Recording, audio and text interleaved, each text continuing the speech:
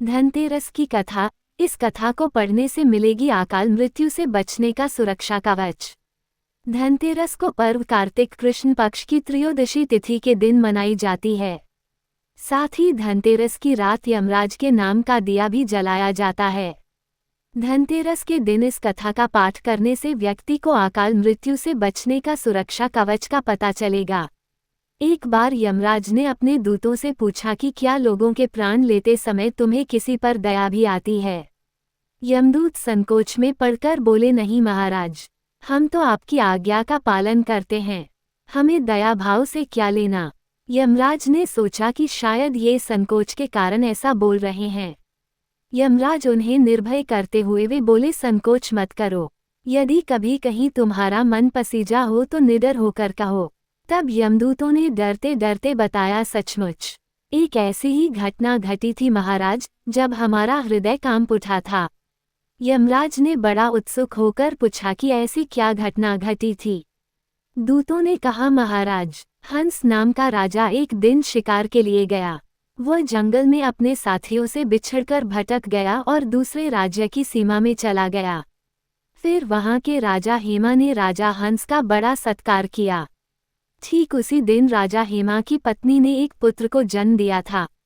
ज्योतिषियों ने नक्षत्र गणना करके बताया कि यह बालक विवाह के 4 दिन बाद मर जाएगा। राजा के आदेश से उस बालक को यमुना के तट पर एक गुहा में ब्रह्मचारी के रूप में रखा गया। उस तक स्त्रियों की छाया भी नहीं पहुंचने दी गई। लेकिन विधि का विधान तो अडिग है। समय तेजी से बीतता जा रहा था।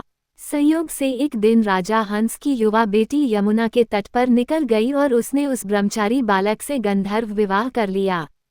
चौथा दिन आया और राजकुंवर मृत्यु को प्राप्त हुआ।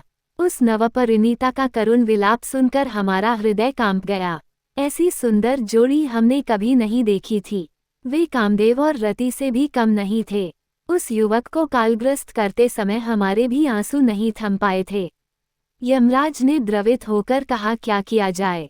विधि के विधान की मर्यादा बनाए रखने के लिए हमें ऐसा अप्रिय कार्य करना पड़ा।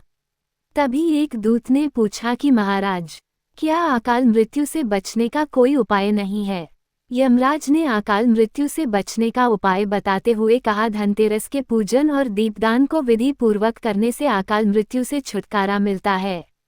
जिस घर में ये पूजन होता है वहां अकाल मृत्यु का भय भी नहीं फटकता। इसी घटना से धनतेरस के दिन धन्वंतरी पूजन सहित दीपदान की प्रथा का प्रचलन शुरू हुआ। इस दिन को यमदीप दान भी कहा जाता है।